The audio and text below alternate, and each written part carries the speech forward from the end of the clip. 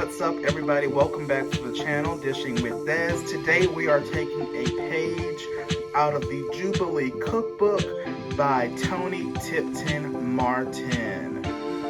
So today we are going to be whipping up a sweet potato mango cake. So I have 2 3/4 cups of all-purpose flour, 2 teaspoons of cinnamon, 2 teaspoons of ground ginger, a teaspoon of baking soda, and a teaspoon of salt. Over here, I have a cup of granulated sugar, and I also have a cup of light and brown sugar. Now looking at my wet ingredients, I have 4 eggs, a diced mango, about a cup of cooked sweet potato, the zest of 1 orange, and about a cup of vegetable oil. And I also have some vanilla extract over there in the corner. So to start off, we're going to prepare our baking pan. I like to use the Perfect Release spray by Pam. Really works well. We have this pan coated, and I have my oven preheating to 325 degrees. I can't remember if I said this before, but there's also a teaspoon of salt in there. So I'm going to give that a quick whisk. Make sure you get all that cinnamon and ginger equally incorporated.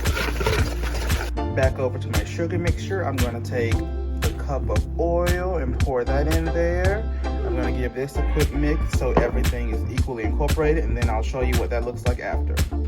So once you have your brown sugar, white sugar, and oil mixed together, it should look like this. Is almost like a dry, sandy consistency. From here, we are going to add in the sweet potatoes, mango, and the lemon zest. Well, the orange zest, my bad. So here we have our sugar mixture, of course. We have our mango. I know it's not ripe. It almost looks like pineapple, but I swear it's mango. I have sweet potato and about 2 teaspoons of orange zest. I'm gonna give that a quick mix until everything is equally distributed.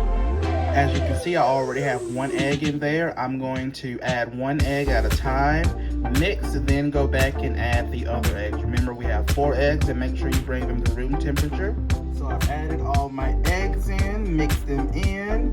I have my vanilla extract there, and now I'm about to fold in the flour mixture with our spices. So here I'm taking my flour mixture and just dumping it over the surface of my wet ingredients. I'm going to take my spatula and then just combine those ingredients until I have an even, consistent batter. I don't want any lumps or pockets of flour in there, because that's not how we make a cake. We want to make sure everything is consistent and well mixed, but you also don't want to overbeat it, because then that messes with the texture of your cake. So you just want to mix until everything comes together. While I'm mixing that up, I want to take a second to read from the cookbook, just to give you all a little taste of what the cookbook is about. So it says, some of the very best dishes in the South were created by blacks, and this cake is a delicious example. Terry Thompson Anderson wrote in 1988 in A Taste of the South. She praised an amazing, well-loved cook named Aunt Jessie, who started with a few lowly sweet potatoes and produced a marvelous nut-studded cake flavored with spices, orange, and a healthy slug of whiskey. This sweet potato cake, also known as yam cake, will remind you of the iced pumpkin bread that is so popular in coffee shops served with the afternoon brew. The crumb is more airy than the pumpkin loaf, but it tastes just as sweet thanks to the studs of mango and the light orange bourbon glaze that sinks into the cake's crust. The idea for including diced mango comes from Chef Pierre Thimon's yam cake in Senegal modern Singanese recipes from the source to the bowl. The addition of orange flavor salutes Aunt Jessie. As you see here, I'm just spooning the batter into my pan, and I'm going to level it out once all of my batter is poured in. So I'm just finishing up leveling out this batter. Again, my oven is set for 325, and the recipe calls for this to bake for about an hour.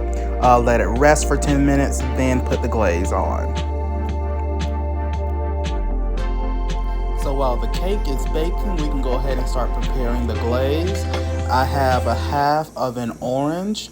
That's the same orange I used to get the zest, so I'm just going to squeeze that and get some of the juice from it. I didn't exactly follow the recipe from the book here. I used the orange and the powdered sugar, but then I went ahead and added in some vanilla extract, and I also sprinkled in some ginger just to add some contrast there.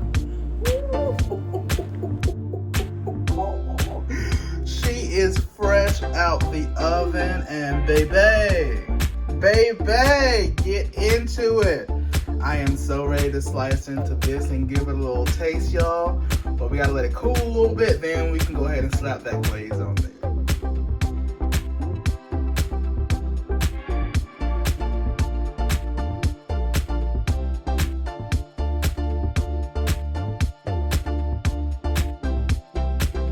And here she is, folks. Here is the final product of our sweet potato